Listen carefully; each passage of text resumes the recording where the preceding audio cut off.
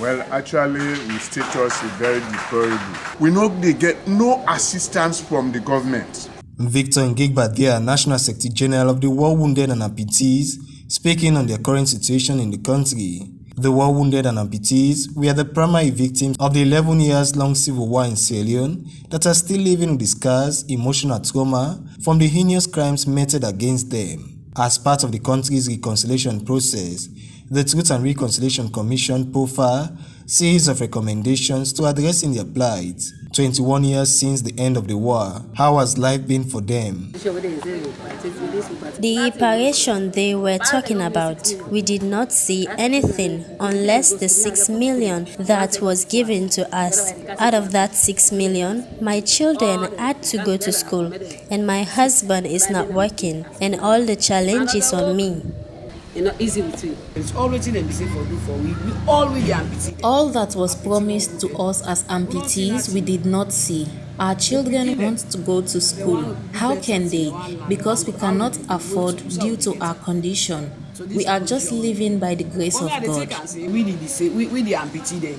Now we need the sacrifice for Salome. Valnora Edwin was part of the TRC working group representing civil society organizations that put together some of the recommendations to address challenges of war wounded and amputees. She speaks on the reparation process proposed by the TRC. When the TRC recommendations were being developed, there was a special committee on reparations, of which I was also a part, and it was recommended that NACSA, the National Commission for Social Action, should manage the affairs of victims or survivors and their dependents of the conflict. And these survivors were categorized as amputees, war wounded, victims of sexual violence. I think I could recall 3. They were like 5 of them, and these were nationally accepted. Volume 2, Chapter 3, Paragraph 484 of the Truth and Reconciliation Commission report recommended measures that deal with the needs of victims in health, pension, education, skills training, and microcredit, among others. But how challenging has implementation of these recommendations been? Valnora Edwin again. But one of the key challenges that started even then was the representation, or let me say even commitment of the MDs. So today it will be John. The next meeting it's Peter. So they didn't have a consistent or permanent representative that could follow up and give commitment on behalf of the MD. And when another personnel was representing the same agency, they had no clue what they were coming in for, what previous discussions had been. So that was where the initial problem started. But what we have lacked and what the TRC recommendation had prescribed was to have developed a systematic approach, and you would have sort of mainstreamed them. So for example, if you're talking about the free healthcare system, it recommended that the war wounded could be part of that free healthcare, which is not the case.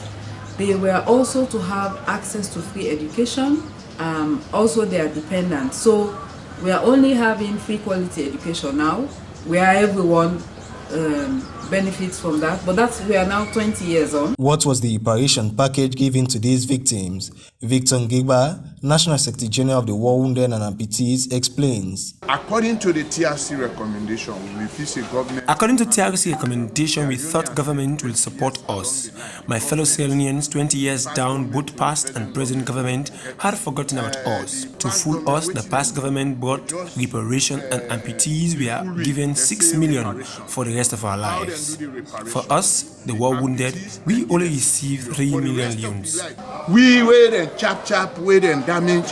We will not be able to do hard work again, then you will get 3 million. But how can these challenges be addressed? They need to restructure.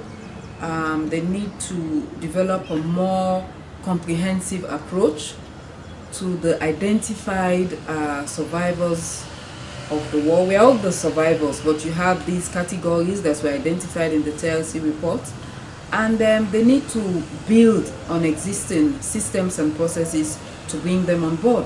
So for example, we have the free healthcare. We have a free healthcare system.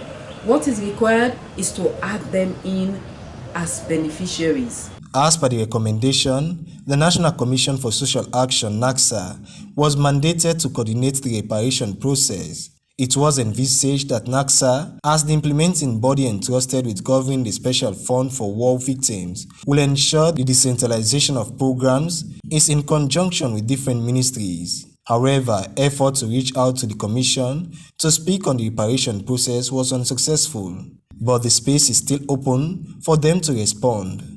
With support from the Media Reform Coordinating Group through the African Transitional Justice Legacy Fund, Ronald Joe Morovia, AYV News, Freetown.